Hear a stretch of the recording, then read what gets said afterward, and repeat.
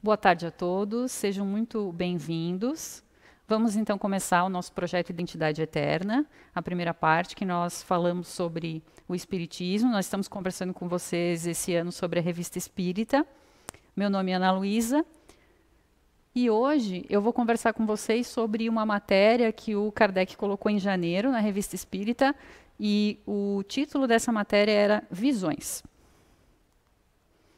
Então, foi publicado num jornal francês, Le Courrier de Lyon, na noite de 27 para 28 de agosto de 1857, um caso de singular visão intuitiva se passou em Croix-Rousse nas circunstâncias seguintes.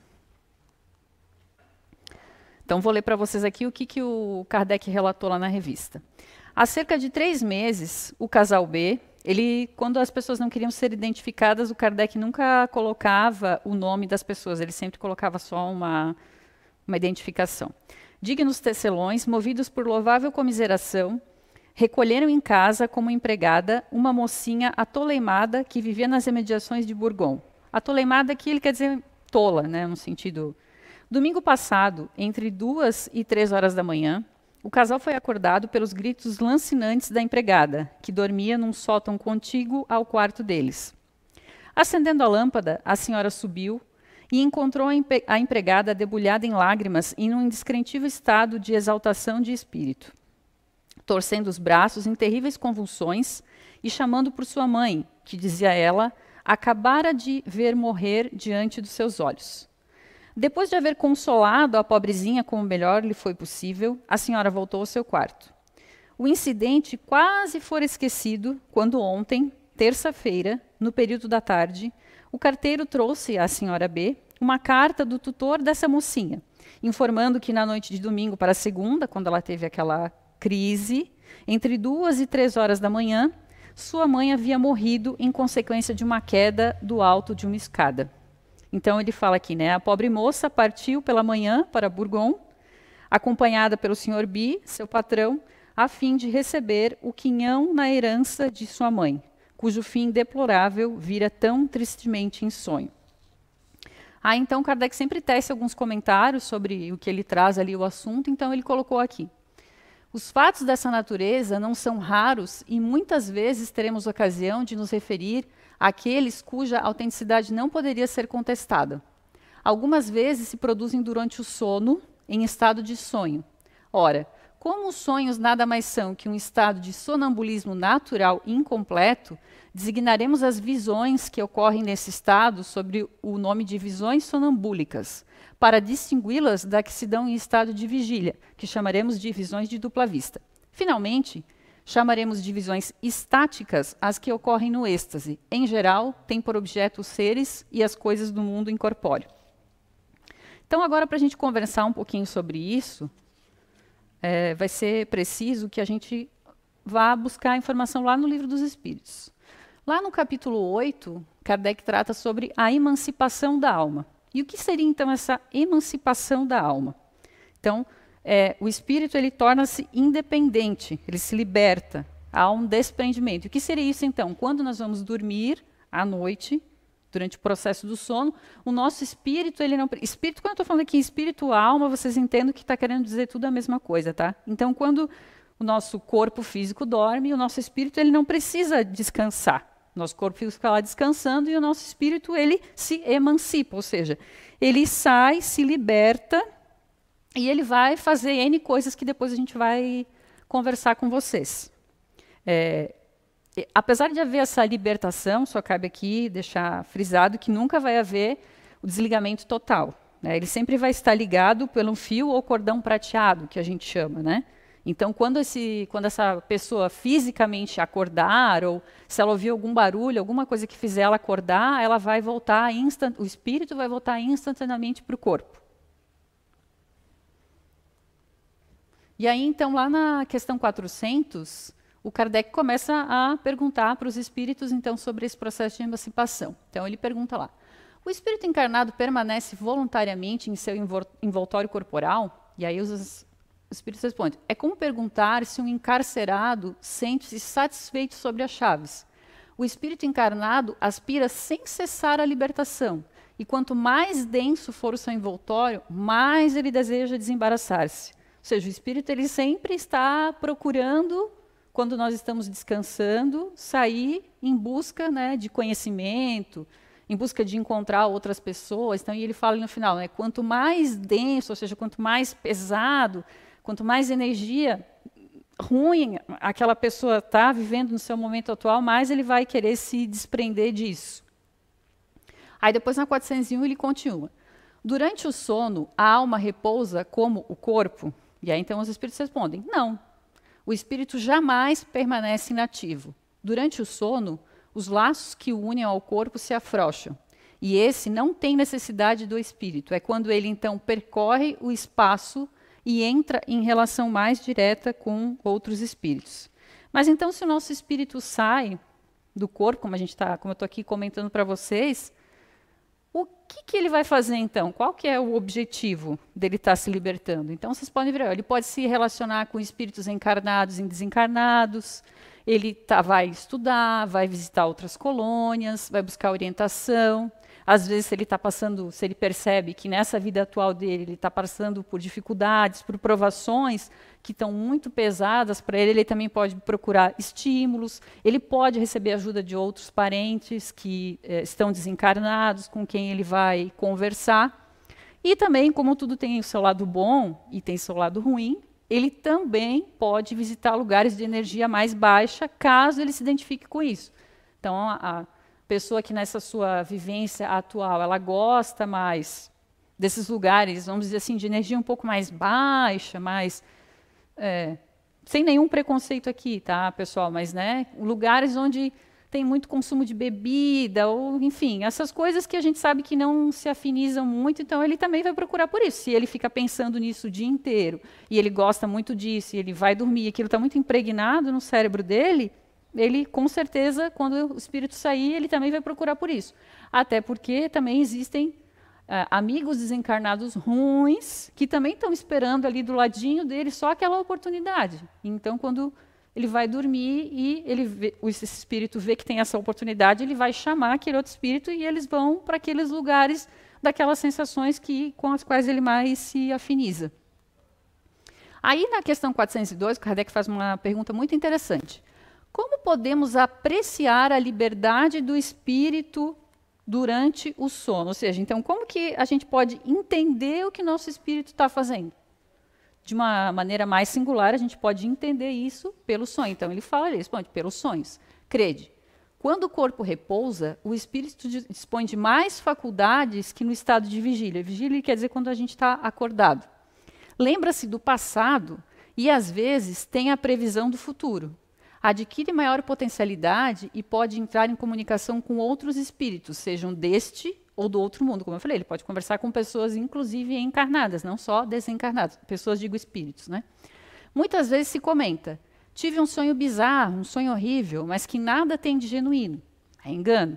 São muitas vezes as lembranças das coisas e lugares que ele viu ou que verá em outra existência ou em outro momento. Com o corpo adormecido, o espírito trata de quebrar as suas cadeias para perquirir o passado e o futuro. Ou seja, ele pode se conectar com outras vidas dele passadas, ou ele também já pode ir vendo o que vai surgir no futuro para ele. E aí ele continua ali falando sobre isso. Então ele fala assim, o sono liberta parcialmente a alma do corpo, como nós já estamos falando. Quando dormimos, estamos momentaneamente no estado em que nos encontramos de maneira definitiva após a morte. Ou seja, para todos aqueles que, de uma certa maneira, ainda têm um pouquinho de medo, né, desse processo, porque essa é a única certeza que a gente tem na vida. Em algum momento nós vamos morrer, desencarnar, como vocês acharem melhor. Então, o que os espíritos estão dizendo aqui para a gente? Que toda noite, quando a gente vai dormir, de uma certa maneira, a gente morre. E outro dia de manhã a gente acorda e assim a gente continua.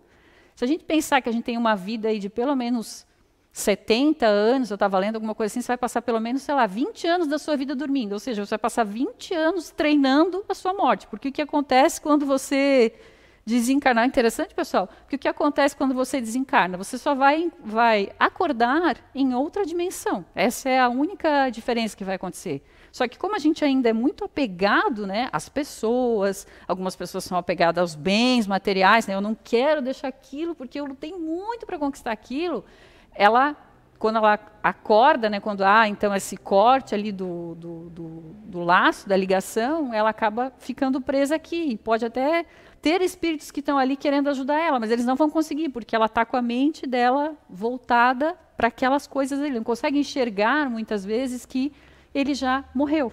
Então, acho que fica aí a lição para a gente, né, que a gente está treinando todo dia. Então, acho que a gente tem que perder um pouco o medo disso, estudar mais, ter mais conhecimento e se preparar para isso. E saber que em algum momento isso, infelizmente ou felizmente para alguns, né, isso vai acontecer. Então, que possa ser da melhor maneira. A gente tem que pensar, o que a gente está plantando hoje que a gente vai deixar para as outras pessoas de exemplo. Quando a pessoa lembrar assim, poxa, a Ana Luísa era uma pessoa tão legal, olha, ela fazia isso, olha, ela fazia aquilo, pô, que bacana. Vai deixar um pensamento bom para as pessoas e não se preocupar efetivamente com essa questão de vou morrer. Porque efetivamente todos nós vamos. Mas enfim, prosseguindo aqui. O sonho é a lembrança do que o seu espírito viu durante o sono. Mas observem que não se sonham sempre, porque nem sempre se lembram do que viram ou tudo o que viram. Isso ocorre porque a alma não está plenamente desenvolvida em suas faculdades. Muitas vezes fica apenas a lembrança da perturbação que acompanha a sua partida, ou a sua volta acrescida da lembrança que resulta do que fizeram ou do que os preocupa quando estão despertos. Então, ele está falando aqui dessas questões, das preocupações que nós temos no dia a dia. Quem nunca está com uma preocupação muito grande no seu trabalho, um problema muito grande para resolver, foi dormir e sonhou que estava lá trabalhando? Efetivamente, você realmente pode ter ido até lá na empresa, pode ter feito alguma coisa e aí, de uma maneira inexplicável, no outro dia de manhã, quando você senta, liga o computador, olha para aquele negócio e pensa assim, nossa, agora eu vou ter que começar a resolver isso de novo. E magicamente surge aquela ideia. Não foi magicamente. Você já esteve ali trabalhando aquilo. E também em outras situações, por exemplo, quando você está com uma pessoa doente, você está se preocupando com aquela pessoa. Então, tudo isso acaba interferindo nesse processo. Então, quando o espírito volta, você tem uma junção dessas emoções do que ele viveu fora com essas preocupações que você tinha junto com você.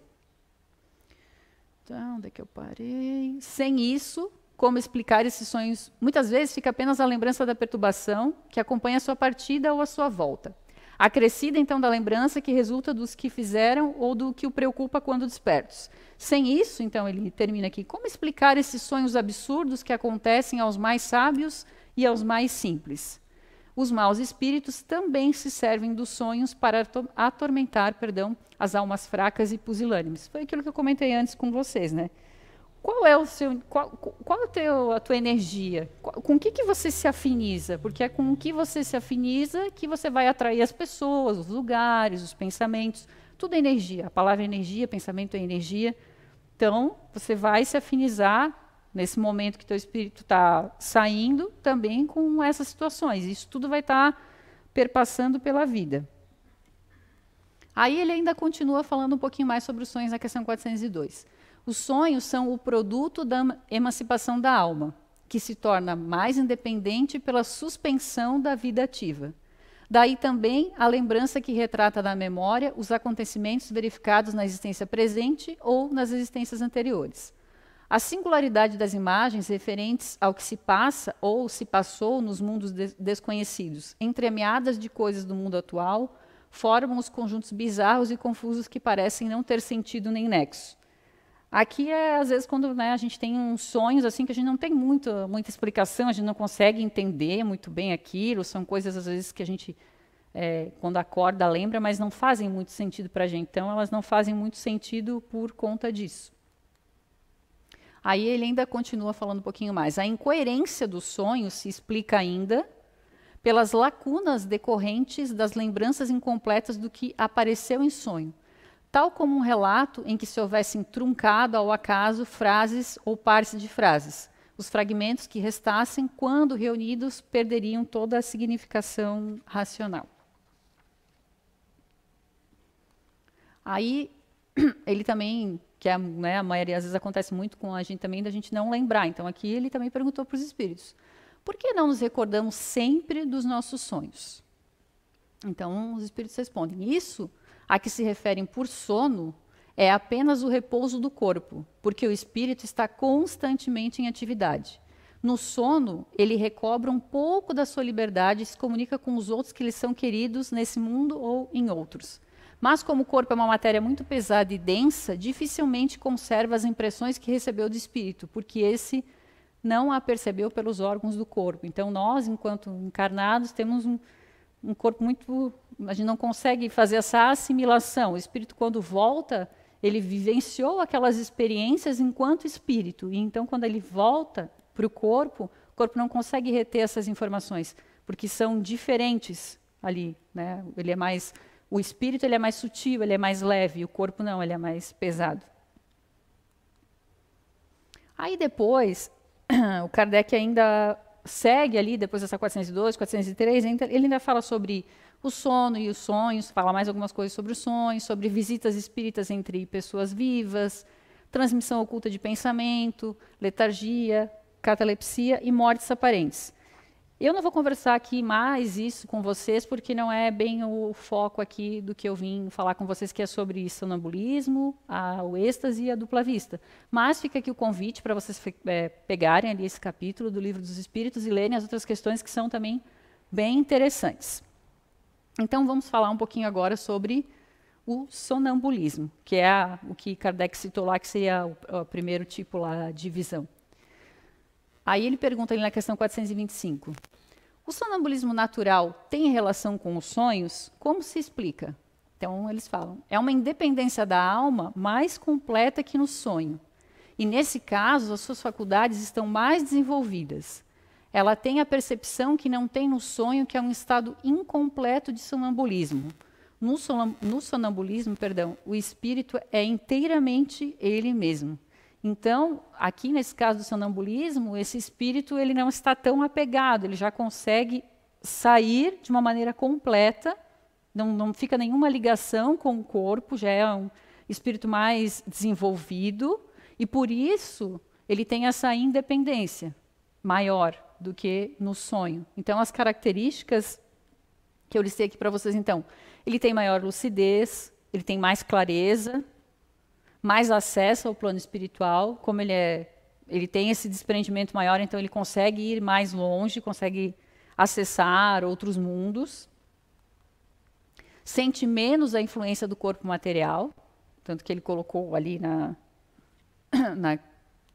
aqui que ele está falando que, né, o espírito é inteiramente ele mesmo. Então, quando ele sai, ele fica só aquela leve ligação que existe com o corpo, mas ele tem muito mais autonomia para ir fazer as atividades dele. Aí, então, ele sente menos a influência do corpo material, e, além disso, também, o sonâmbulo ele tem ideias mais precisas que num estado normal, ou seja, acordado, os seus conhecimentos eles são mais amplos, porque ele tem a alma livre, o que permite o afloramento mais ostensivo de sua bagagem psíquica, podendo acessar vidas passadas, seus conhecimentos acumulados durante as encarnações e que permanecem adormecidos pelo corpo físico. Ou seja, o sonâmbulo ele consegue acessar, ele pode até, se ele tiver, né, um grau maior, acessar informações das vidas passadas dele, acessar conhecimentos que ele teve em vidas passadas, coisa que nessa encarnação presente ele não pode fazer. Porque a gente tem que lembrar que tem aquela questão que a cada encarnação a gente tem o esquecimento que a gente tem que ter, até porque a gente tem uma lição aqui e a gente tem que aprender essa lição.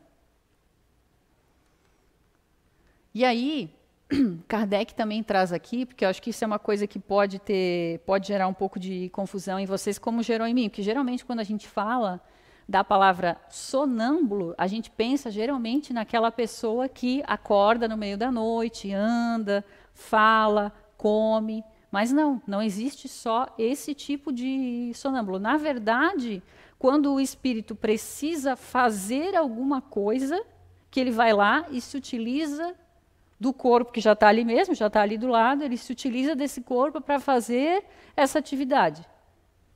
Então, ele traz aqui, o espírito age como sonâmbulo aqui, quando eu falo, é esse sentido mesmo. quando preocupado com uma coisa ou outra, necessita fazer algo cuja prática exige a utilização do corpo físico. Então, já que ele está precisando fazer alguma coisa, o corpo já está ali do lado, ele já aproveita aquele corpo, porque não há necessidade de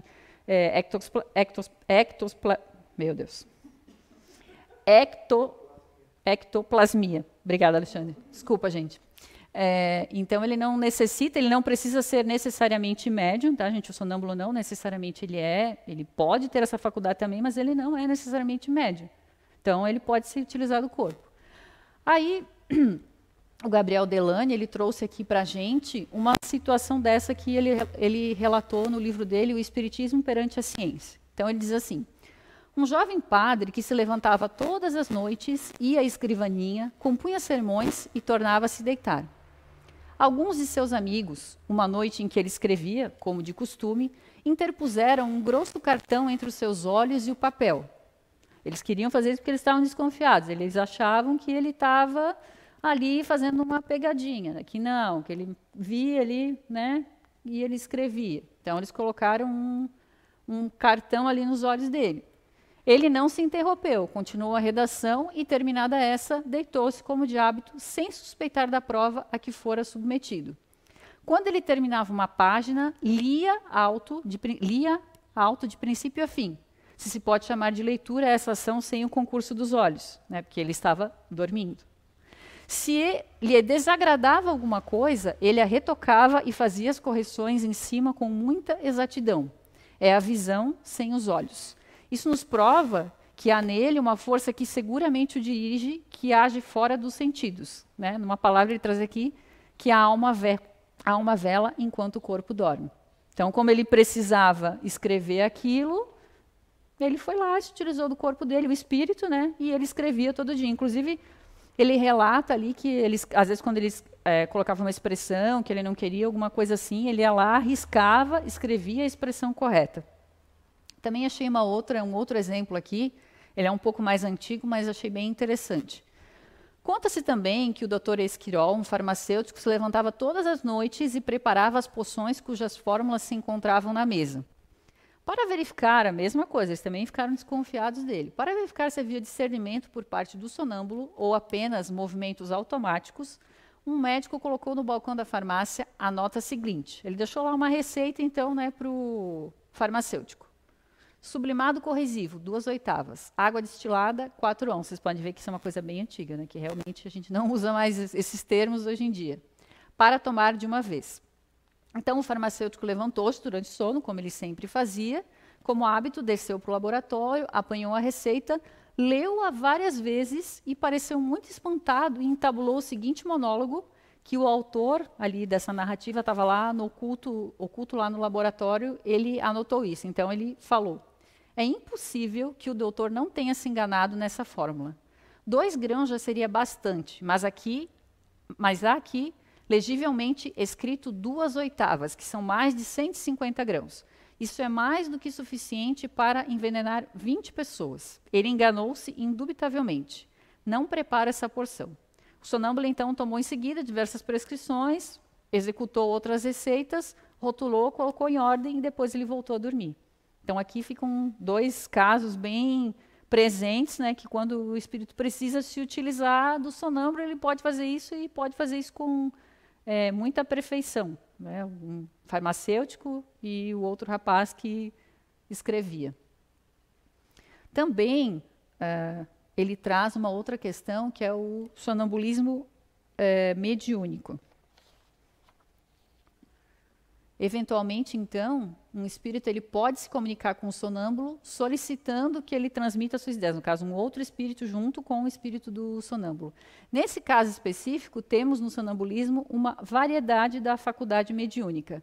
Então, lá no livro dos médiuns, na questão 172, o Kardec fala um pouquinho sobre os médiuns sonâmbulos. Então, ele fala: mas o espírito que se comunica com um médium comum também o pode fazer com um sonâmbulo. Dá-se o mesmo que muitas vezes o estado de emancipação da alma facilita essa comunicação. Ou seja, como eles já estão espírito com espírito, fica muito mais fácil eles se comunicarem.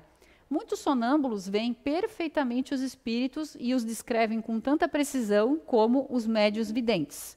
Podem confabular com com eles e transmitir seus pensamentos. Então, esse espírito ali pode passar, utilizar o sonâmbulo numa questão mediúnica. Ele até traz, lá na questão 173, um exemplo disso. Então, ele fala ali, um de nossos amigos tinha como sonâmbulo um rapaz de 14 a 15 anos, de inteligência muito vulgar e instrução extremamente escassa. Ou seja, ele era uma pessoa que não tinha tantos conhecimentos. Entretanto, no estado de sonambulismo, deu provas de lucidez extraordinária e de grande perspicácia, sobretudo no tratamento das enfermidades, e operou um grande número de curas consideradas impossíveis. Ou seja, ele, enquanto sonâmbulo, ele conseguia verificar que tipo de doença que aquela pessoa estava tendo. Certo dia, então, quando ele estava dando consulta para um doente, ele descreveu a enfermidade, ou seja, o que aquela pessoa tinha, com absoluta exatidão. Não basta, disseram-lhe, agora é preciso que indiques o remédio. E aí ele respondeu para eles, olha, eu não posso. Meu anjo doutor não está aqui. E aí eles perguntaram, mas quem é esse anjo doutor de quem falas? E aí ele disse, o que dita os remédios. E aí então eles ficaram um pouco, mas não és tu que vê os remédios? Não, estou a dizer que é o meu anjo doutor quem me dita os remédios. Ou seja, ele conseguia ver qual era a doença que a pessoa tinha, mas ele tinha um outro espírito que dizia para ele qual era o remédio que ele precisava tomar. Então, na questão ali 173, o Kardec ele comenta isso. A ação de ver o mal era do seu próprio espírito, que para isso não precisava de assistência alguma. A indicação, porém, dos remédios lhe era dado por outro. Então, quando ele estava só fazendo aquilo, só ali, ele era só sonâmbulo, quando ele estava só verificando. E quando ele era assistido, ele era um sonâmbulo médio, porque essa outra pessoa se utilizava dele para falar qual era o remédio que ele precisava tomar. Bem interessante. Outra questão também, falando do sonâmbulo, geralmente, quando ele acorda, ele não lembra. As lembranças elas ficam confusas e fragmentadas, assim como na questão ali que a gente conversou sobre o sonho, a mesma coisa acontece com ele também. Quando ele volta, ele pode lembrar de algumas coisas, mas as ideias vão ser fragmentadas, porque não é o corpo dele que vivenciou, o espírito dele que está vivenciando aquilo. Então, quando ele volta, a mesma coisa. Mais sutil, ele tem esse choque, ele não consegue reter as informações. No sonambulismo, portanto, aqui é uma explicação bem interessante. O cérebro físico ele não é envolvido nas percepções do episódio. Quem percebe é o corpo espiritual, e é uma percepção bem mais ampliada do que no sonho, em que as percepções têm a participação do cérebro físico. Então, como não há o registro cerebral das impressões, o indivíduo não se recorda de nada ao acordar. Então, isso ele explica ali por que o sonâmbulo ele não lembra e porque a maioria das pessoas também não lembra, né? O cérebro físico ele não está envolvido nesse processo quando o espírito está fora. Por isso, quando ele volta, ele não consegue entender, processar essas informações. Além disso, também, o sonambulismo ele pode ser natural, que é esse que eu estou comentando com vocês até agora, ou magnético. Não tem nenhuma diferença deles. O único ponto aqui é que esse sonambulismo magnético ele é provocado por meio de indução hipnótica ou magnética. Mas mesmo que ele seja provocado, as vivências que aquele sonâmbulo vai estar tendo ali são as mesmas do sonambulismo natural. A única diferença é que vai ter uma pessoa que vai induzir ele a chegar nesse estado. Além disso, também, da mediunidade, a gente tem a clarividência sonambúlica. Porque, então, se ele está fora do corpo e ele tem mais lucidez, tem mais liberdade, ele também vai poder ver melhor. Então, na questão 428, Kardec pergunta, qual é a causa da clarividência sonambúlica? E aí os espíritos respondem, já o dissemos, é a alma que vê. Então, como ele está mais liberto, ele consegue... Então, o que seria essa clarividência? É uma faculdade de ver a distância sem o emprego dos olhos. É um dom que nasce com o espírito. Então, para o sonambúlico, não existe barreira que possa impedir a sua visão. Ele pode estar em qualquer lugar, ele pode ir até o local do fato e ver aquilo, como ele pode estar num local fixo e enxergar aquilo, porque ele não está vendo com os nossos olhos materiais, vamos assim dizer, né? Então, o espírito ele é dotado de muitos dons que, com o passar do tempo, vão sendo despertados. Então, ele usa essas qualidades para sentir e compreender o universo. Como ele tem essa distância maior, essa liberdade maior, ele consegue ter essa compreensão maior também. Mas, como tudo tem um lado bom, também tem um lado ruim. Então, apesar dele ter essa questão da clarividência, trazer essa visão melhor para ele, os espíritos também falam que ele, né, pode, às vezes, não ver exatamente o que ele acha que viu e se enganar. Então, na questão 430, Kardec pergunta, visto que a clarividência do sonâmbulo é de sua alma ou do seu espírito, por que não vê tudo e por que se engana tantas vezes? E aí os espíritos então respondem. Primeiramente, não é dado aos espíritos imperfeitos tudo ver e tudo conhecer. Então, apesar de que ele tenha essa, vamos dizer assim, essa visão, essa possibilidade maior de enxergar e de perceber as coisas, nem por isso ele está encarnado. Então, se ele está aqui, ele não vai conseguir adentrar e ver tudo, né? Eles participam ainda de seus erros e de seus preconceitos. Além disso, quando estão ligados à matéria, não gozam de todas as suas faculdades de espírito. Então, quando esse espírito ele volta, muitas vezes vivendo essa vida, essa encarnação, ele não consegue absorver esses conceitos e ele tem outras ideias que atrapalham. Então, Deus deu essa faculdade ao homem com uma finalidade útil e séria, e não para que ele aprenda aquilo que não deve saber. Eis porque os sonâmbulos não podem dizer tudo. Existe também um controle para isso. Ele vai ter acesso às informações, mas ele vai ter um limite, como todos nós temos um limite. E aí, na questão 431, ainda falando um pouquinho sobre isso, Kardec pergunta, qual é a origem das ideias inatas do sonâmbulo e como pode falar com exatidão de coisas que ignora no estado de vigília, ou seja, quando ele está acordado, que estão não raro acima da sua capacidade intelectual? E aí os espíritos respondem. Acontece que o sonâmbulo possui mais conhecimentos do que se lhe reconhecem, somente estão adormecidos porque o seu envoltório é bastante imperfeito e não lhe permite a recordação plena. Mas, em última análise, o que é ele? Espírito como nós, mas que está encarnado para cumprir uma missão, e o estado no qual entra o despertar, e é o estado onde entra o despertar dessa letargia. Já lhe dissemos em várias oportunidades que revivemos várias vezes, e essa mudança é que faz o espírito perder materialmente o que aprendeu na existência precedente.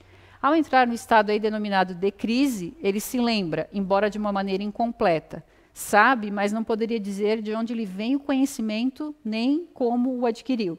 Ou seja, passado, né, quando ele entra em estado de crise, é quando ele tem alguma lembrança que surge de alguma coisa que ele fez enquanto ele estava emancipado do corpo, é aí que ele pode ter esse resgate de algumas informações. Mas, passada essa crise, ou seja, essa recordação que ele teve, se apaga e volta à obscuridade. Então, em alguns momentos, ele pode reter algumas dessas informações que, enquanto espírito, ele foi lá e teve acesso. Mas isso é muito rápido, depois ele acaba esquecendo disso. E aí ele prossegue. Então, o aperfeiçoamento da clarividência sonambúlica, em maior ou menor escala, depende da organização física ou da natureza do espírito encarnado. Então, aqui Kardec está questionando os espíritos porque ele quer saber, então, como é que o que a pessoa precisa para aperfeiçoar essa clarividência? Então, ele fala ali de ambas. Há condições físicas que permitem ao espírito desprender-se com maior ou menor facilidade da matéria. Então, ele depende da organização física e da natureza de espírito dele, né? As vidas anteriores dele, qual é a missão atual dele e a vivência atual dele, como que ele está aproveitando isso. As faculdades de que o sonâmbulo desfruta são as mesmas que as do espírito após a morte? Até certo ponto, dizem os espíritos, pois é preciso ter-se em conta a influência da matéria a qual ainda está ligado. Ou seja, depois que ele morre, né, ele ainda tem um pouco dessa influência. Então, se ele for um espírito mais apegado à matéria, ele vai conseguir absorver menos esses conceitos quando ele desencarnar. O uso que um sonâmbulo faz da sua faculdade influi sobre o estado de seu espírito após a morte? Eles respondem, muito, assim como o bom ou o mau uso de todas as faculdades que Deus deu ao homem. Então, ele tem que fazer bom uso disso também. Se ele tem essa condição, essa capacidade de ir mais longe, ele tem que fazer bom proveito disso. Porque, com certeza, depois, quando ele desencarnar, como todos nós, a gente vai ter que chegar lá em cima e vamos ter que pagar a nossa conta. Ou seja, a gente vai ter que ver o que a gente fez de bom, o que a gente fez de ruim, como que a gente aproveitou essas habilidades que a gente tem aqui nessa presente encarnação. A mesma coisa vai acontecer para ele também. Agora, então, a gente vai falar sobre a outra figura que Kardec trouxe lá no jornal, que foi sobre o êxtase. Então, ele começa perguntando, qual é a diferença entre o êxtase e o sonambulismo? E aí, então, os espíritos dizem que o êxtase é um sonambulismo mais apurado. A alma do estático, ela é ainda mais independente. Então, se o sonâmbulo ele já tem essa independência maior, o estático ele consegue ir mais longe. O espírito do estático penetra realmente nos mundos superiores? Sim, ele os vê e compreende a felicidade dos que ali se encontram. Por isso deseja nele permanecer. Mas há mundos inacessíveis aos espíritos que não estão suficientemente depurados. Então, ele vai realmente lá num nível maior que a gente pode compreender que existe. Né? Ele fica perto daqueles espíritos superiores, em lugares superiores. Ele consegue ter essa capacidade. E aí, então, Kardec comenta um pouco mais sobre essa emancipação. Então, o êxtase é o estado no qual a independência da alma e do corpo se manifesta da maneira mais sensível e, de certa forma, mais palpável. Então, no êxtase, penetra num mundo desconhecido, os dos espíritos etéreos, ou seja, os espíritos superiores, com os quais entra em comunicação, sem, no entanto, poder ultrapassar certos limites que não poderia transpor sem romper totalmente os laços que o ligam ao corpo. Ou seja, que ele está falando que ele consegue ir, mas tem um limite para ele também, estando nesse estado, porque aí é o momento em que ocorre o desencarne. Ele ainda está com aquele fiozinho prateado que eu comentei para vocês lá no começo, e isso é o que liga ele aqui. Então, um clarão resplandecente inteiramente novo o envolve. Harmonias desconhecidas na Terra o empolgam. Um bem-estar indefinível o envolve. Desfruta por antecipação da beatitude celeste e pode dizer que pousa um pé sobre o limiar da eternidade. Deve ser bem interessante realmente o espírito chegar, né, nesse nível de desenvolvimento, porque ele realmente vai ao mais próximo que se pode chegar ali desses espíritos perfeitos, podemos assim dizer, né? E aí ele ainda fala um pouquinho mais sobre esse estado de êxtase. No estado de êxtase, a prostração do corpo é quase completa, conservando, por assim dizer, a vida orgânica. Ou seja, o corpo ele fica ali em repouso, baixa, tudo, ele fica assim realmente só, se o corpo físico fica ali só se mantendo. Olha, sente-se que a alma se liga a ele apenas por um fio, que um esforço a mais faria romper irremediavelmente. Ou seja, ele está ali ligado à carne por uma coisa bem sutil.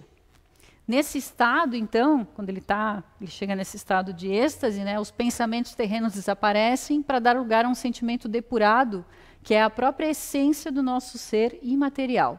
Totalmente entregue a essa contemplação sublime, o estático encara a vida apenas como uma pausa momentânea. Para ele, os bens, os males, as alegrias grosseiras e as misérias daqui, que nós temos na Terra, são apenas incidentes fúteis de uma viagem da qual ele se sente feliz por pôr termo. Ou seja, ele entende que ele já nem precisaria mais, quando ele está nesse estado, ele nem precisaria mais ficar aqui, né, porque ele já está, na verdade, em contato com um mundo superior, que a gente sabe é muito melhor, né, do que essa vivência que nós temos aqui na Terra, que é uma vivência de provas e expiações que nós precisamos passar.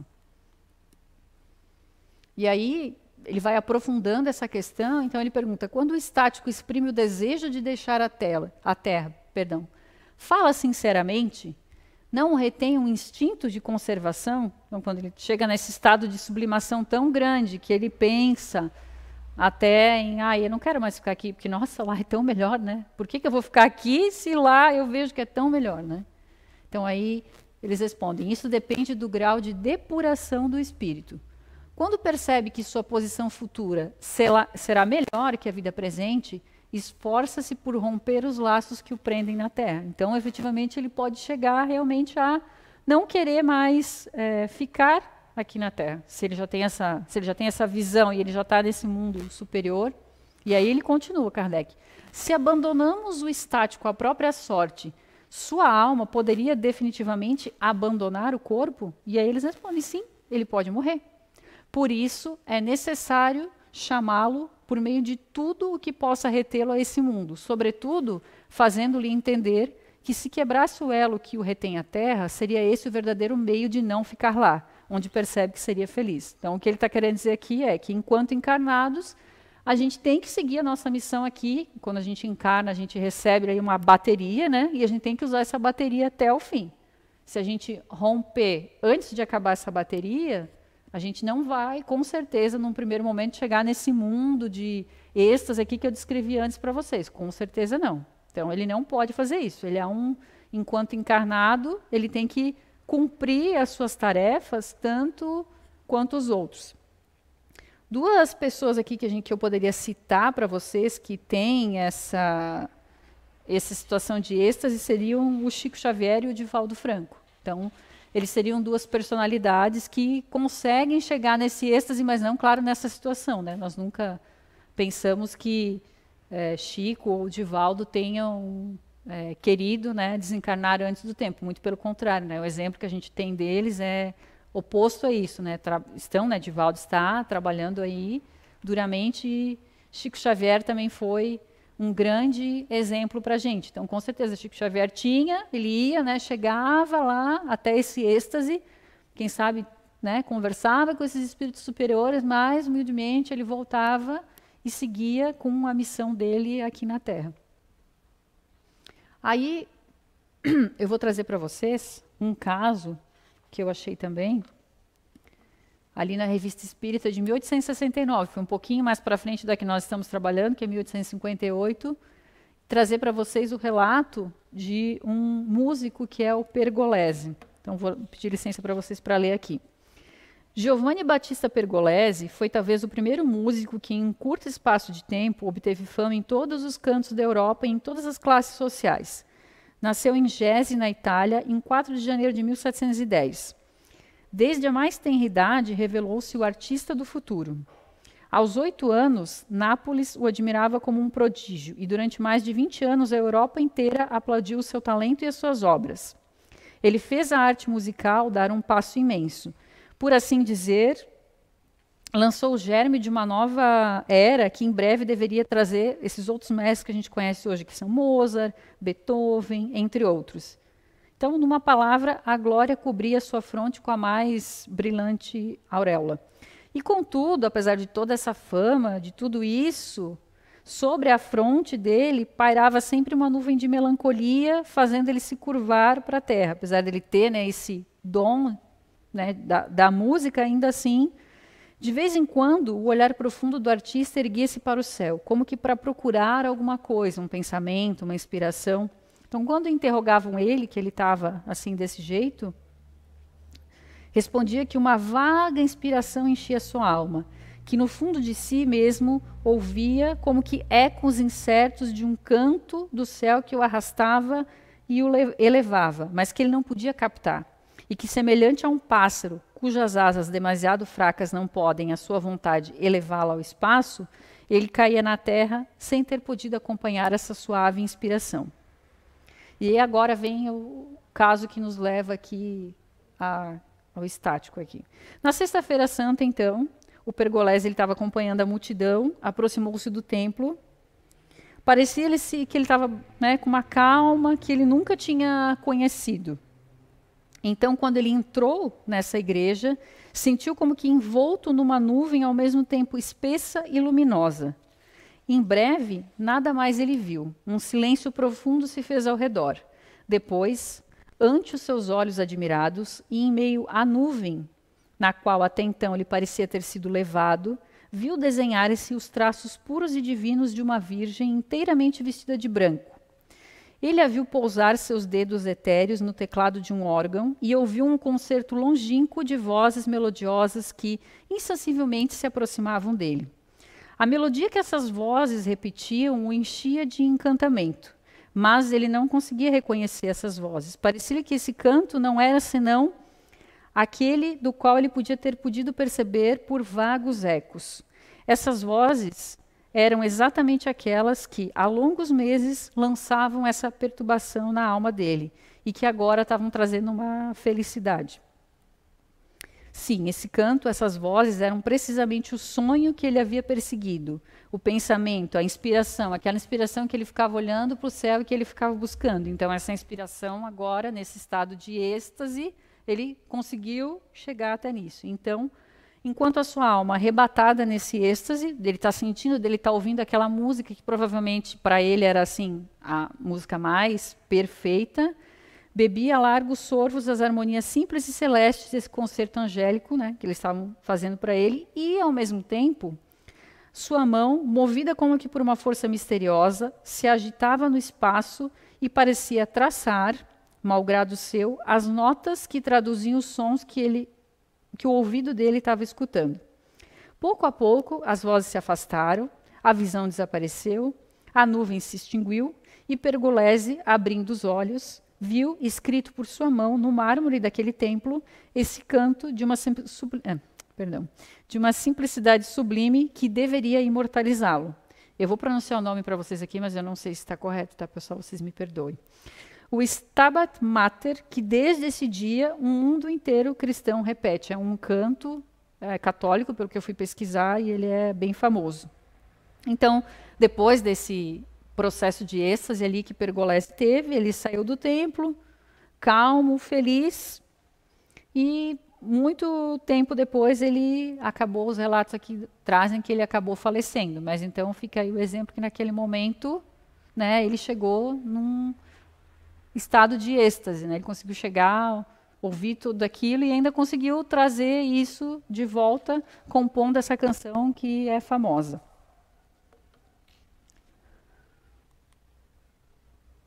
Mas, né, Kardec ainda continuando falando sobre isso, ele pergunta: há coisas que o estático diz ver e que são claramente produto de sua imaginação, estimulada pelas crenças e preconceitos terrenos. Segue-se, então, que tudo que ele vê não é real, porque ele também, como qualquer espírito, ele pode se confundir, né? Então, eles respondem para ele. O que ele vê é real para ele. Entretanto, se o seu espírito está sempre sobre a influência das ideias terrenas, ele vê a sua maneira, ou melhor dizendo, exprime-se em uma linguagem compatível aos preconceitos e ideias dos quais se acha imbuído, ou ainda com as suas, a fim de se compreender melhor. É nesse sentido, sobretudo, que ele pode errar. Então, ele consegue absorver aquela informação lá no estado de êxtase, mas ele pode juntar essas informações com aquilo que ele tem conhecimento hoje. E aí é onde pode haver, que ele pode relatar coisas que não são reais ou que não têm cabimento. Ele pode acabar misturando isso. E aí, por final, Kardec pergunta: qual então é o grau de confiança que se pode depositar nas revelações dos estáticos? E aí os espíritos respondem: o estático pode, muitas vezes, enganar-se, sobretudo se quiser penetrar no que deve permanecer um mistério para o homem, porque então se abandona às suas próprias ideias ou torna-se joguete de espíritos enganadores que se aproveitam de seu entusiasmo para fasciná-lo. Então, cabe aqui a gente lembrar sempre que a gente percebem que a gente está o tempo todo conversando, estou sempre falando para vocês que tem o lado bom e que tem o lado ruim.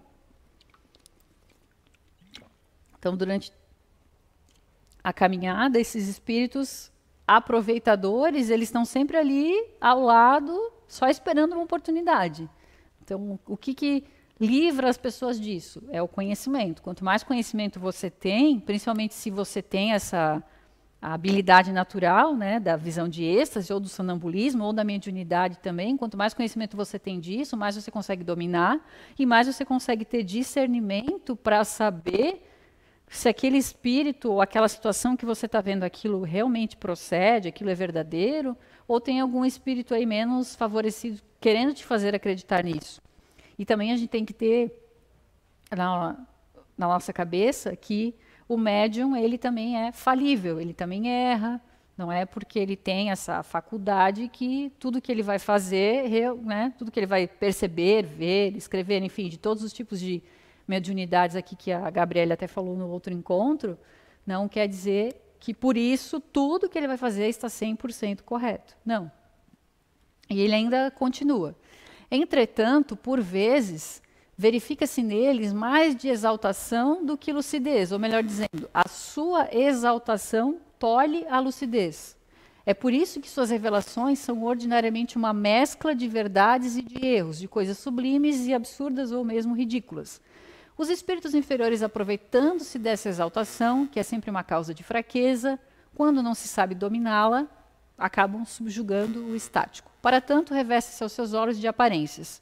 E aí ele frisa o que é mais importante, né? Cabe-nos julgar friamente e pesar as suas revelações no balanço da razão. A gente sempre tem que, né, quando a gente recebe essas comunicações, a gente sempre tem que ler com calma e absorver, ver se aquelas informações procedem, se aquilo tem lógica.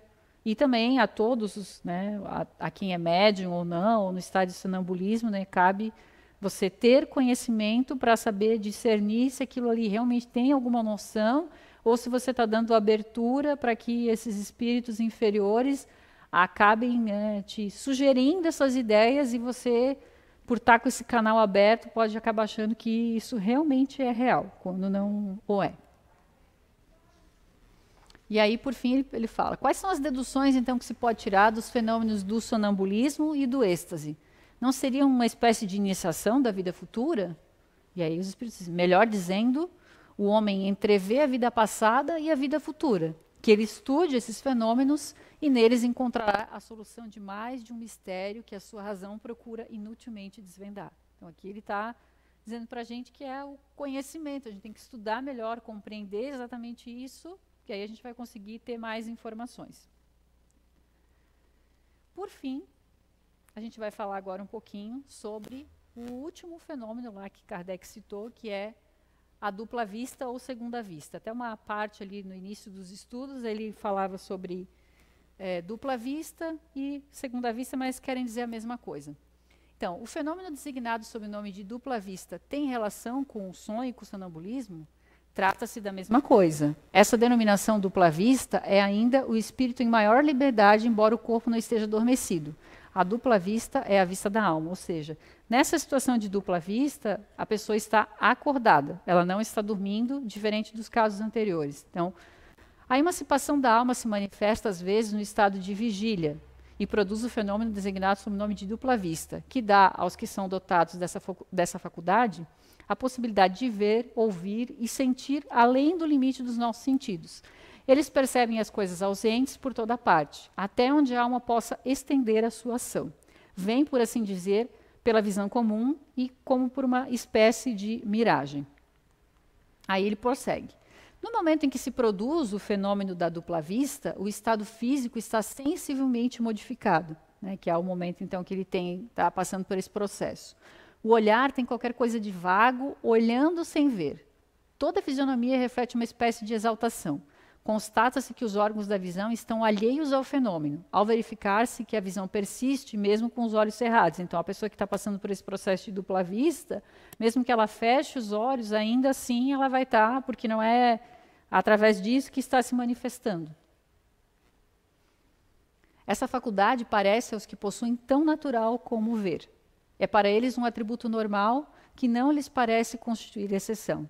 Principalmente aqui, a gente cita o exemplo dos médiuns, né, que tem essa capacidade, né, de conseguir enxergar. Então, não que eles ajam naturalmente com essa faculdade, mas esses desenhos, essas visões que eles têm acontecem de uma maneira normal, como se a gente como eu estou aqui agora conversando com vocês e de repente eu posso ter essa visão, essa dupla vista. O esquecimento se segue, na maioria das vezes, a essa lucidez passageira, cuja lembrança se torna cada vez mais imprecisa, acabando por desaparecer como um sonho. Então, ele tem essa visão, mas é tudo muito rápido, e logo já ele tem o esquecimento daquilo que ele viu. O potencial de abrangência da dupla vista varia desde a sensação confusa até a percepção clara e nítida das coisas presentes ou ausentes.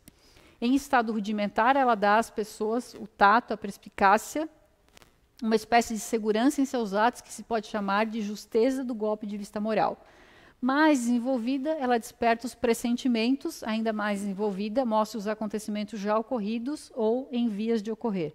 Ou seja, quanto mais ostensivo é essa faculdade para ele, mais ele vai conseguir chegar, como ele falou, a nível de pressentimentos, ou de estar passando num lugar, de repente, ver uma coisa que já aconteceu, ou ver uma coisa que ainda pode, né, que vai acontecer no futuro. E aí, então, Kardec pergunta para os espíritos, a dupla vista é permanente? E aí ele responde, a faculdade sim, o exercício não. Porque aqui, enquanto encarnado, ele não vai poder ficar o tempo inteiro, né, com essa sensação de dupla vista. Em outros mundos superiores, os espíritos não precisam falar, eles comunicam, né, através dos pensamentos. Então, ele está querendo dizer que a faculdade, sim, ela é permanente, mas o exercício não. A dupla vista desenvolve-se espontaneamente ou pela vontade de quem o possui. Então, eles falam que, na maior parte das vezes, ela é espontânea, mas também a vontade desempenha um grande papel. Então, podemos tomar, por exemplo, certas pessoas a que se designa com a expressão ledoras da sorte, das quais algumas têm essa faculdade de dupla vista, na qual empenhar a vontade em se desenvolver. E aí também ele pergunta, é verdade que certas circunstâncias desenvolvem a dupla vista? E aí ele cita ali, fatores como doença, aproximação de um perigo, uma grande comoção, podem desenvolver ela. O corpo se encontra, por vezes, num estado específico que permite ao espírito ver o que não pode ver com os olhos do corpo. E aí ele prossegue. As pessoas dotadas de dupla vista têm sempre consciência disso? Nem sempre, pois para elas se trata de um acontecimento natural. Muitas delas acreditam que, se todos se observassem nesse sentido, perceberiam ser de forma semelhante. Essa faculdade pode, em certos casos, dar a presciência das coisas, ou seja, o conhecimento, sim, dá também os pressentimentos, porque há vários graus dessa faculdade. E o mesmo indivíduo pode ter todos os graus ou apenas alguns. Então, como a gente falou aí, ele pode começar tendo uma intuição, um pressentimento, e quanto mais apurado isso for nele, mais ele, né, vai conseguir subir os degraus e nessa dupla vista vai conseguir enxergar mais coisas. E aí agora eu trago a segunda parte, então, do Kardec trouxe outro exemplo lá naquele artigo lá do jornal que eu li para vocês, falando do exemplo da dupla vista. Um armador nosso conhecido, residente em Paris, há poucos dias contou-nos o seguinte: no último mês de abril, sentindo-me indisposto, fui passear com meu sócio nas Tulherias. Estava um dia magnífico, o jardim regurgitava de gente. De repente, a multidão desaparece ante os meus olhos. Não sinto mais o meu corpo e sou como que transportado e vejo distintamente um navio entrando no porto de Havre.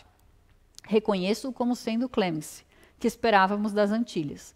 Vi-o atracar ao cais e distinguia bem os monstros, as velas, os marinheiros e os menores detalhes, como se eu lá estivesse. Então eu disse ao meu companheiro, eis o Clemence que chega. Receberemos notícias ainda hoje. Sua travessia foi feliz. Chegando em casa, entregaram-lhe um telegrama, e antes dele ler, ele já declarou, é o aviso da chegada de Clemence que entrou no Havre às 3 horas. Então aquele telegrama realmente confirmava a hora exatamente que aconteceu ali a situação. Então ele teve um fenômeno de dupla vista e ele viu que aquele navio estava chegando e que estava tudo ok, que não tinha acontecido nenhum problema. E aí então, qual é a conclusão que Kardec traz desse artigo das visões?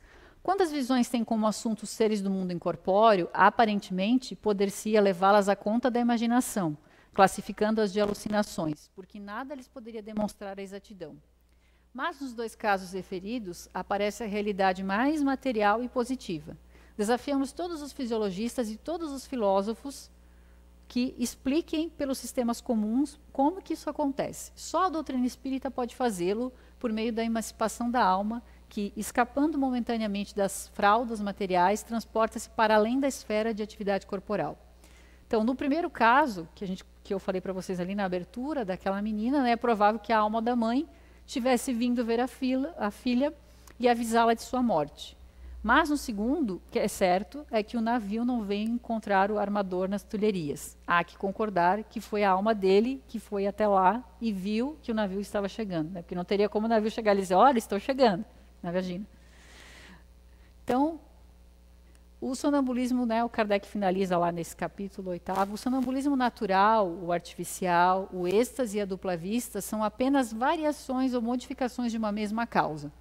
Esses fenômenos, do mesmo modo que os sonhos, estão na ordem natural, ou seja, faz parte do nosso dia a dia. É por isso que existiram desde todos os tempos. A história nos mostra que foram conhecidos e mesmo explorados desde a mais alta antiguidade, e neles se encontra a explicação de uma infinidade de fatos que os preconceitos têm registrado como sobrenaturais. Até eu li um pouquinho da questão do sonambulismo, os médicos, eles não conseguem explicar exatamente o que acontece com a pessoa quando ela está nesse sonambulismo. Eles falam desse sonambulismo normal que a gente conhece, de que a pessoa acorda, ela faz coisas, eles não conseguem entender por quê. Agora, a gente consegue entender, né? Eles ainda não, mas a gente já sabe por que isso acontece. Então, finalizando aqui, quem diria então que com uma simples notícia daquela ali que eu trouxe para vocês, lá de 1858, a gente poderia ter tanto conhecimento. Né? E que atual que é esse conhecimento? Né? Afinal de contas, nós estamos aí todo dia acordando e dormindo, então a emancipação da alma está acontecendo todo dia. E a Revista Espírita, aí, o Livro dos Espíritos, já tem mais de 100 anos. E eles continuam muito atuais. Então, será que você tinha consciência, quando eu comecei a conversar aqui com vocês, que a alma ela se emancipava? Você imaginava que toda noite a sua alma, o seu espírito, ele saía do corpo e ia, né, estudar ou fazer outras coisas? E então, diante disso, quanto tempo será que a gente está desperdiçando? Né? Afinal de contas, a gente passa, como eu falei para vocês lá, a gente passa uma boa parte do nosso tempo dormindo. Então, será que a gente não tem que, né, se instruir melhor, buscar mais conhecimento para que o nosso espírito, quando saia, já que ele vai se emancipar mesmo, né, ele vai fazer isso todo dia, então, que a gente possa também tirar proveito disso. Né? Outra coisa também que a gente percebeu aqui é que mesmo esses espíritos que conseguem se emancipar, ou conseguem se emancipar tendo a dupla vista, o êxtase, né, que é um mais profundo, e o sonambulismo, ainda assim, eles estão aqui encarnados. Eles também precisam cumprir a missão deles, assim como a gente. Eles têm essas faculdades, mas eles têm que ficar aqui. Então, a gente percebe com isso que é muito importante a gente alimentar a nossa alma com boas vibrações, com boas energias, com a prática da prece, né, para que esse momento em que a gente vá dormir, o nosso espírito possa sair realmente e trazer, né, se instruir, e quando voltar que a gente também possa, né, ter um proveito disso. Isso com certeza é plenamente possível, basta que a gente se dedique. Então, recado para vocês hoje à noite, quando vocês forem dormir, né, pensem bem, né, aonde que você deseja estar e com quem vocês desejam estar, tá bom? Obrigada, viu, pela companhia de vocês. A gente vai dar um tempinho aqui agora e depois vem a segunda parte aqui do Identidade, tá bom? Obrigada.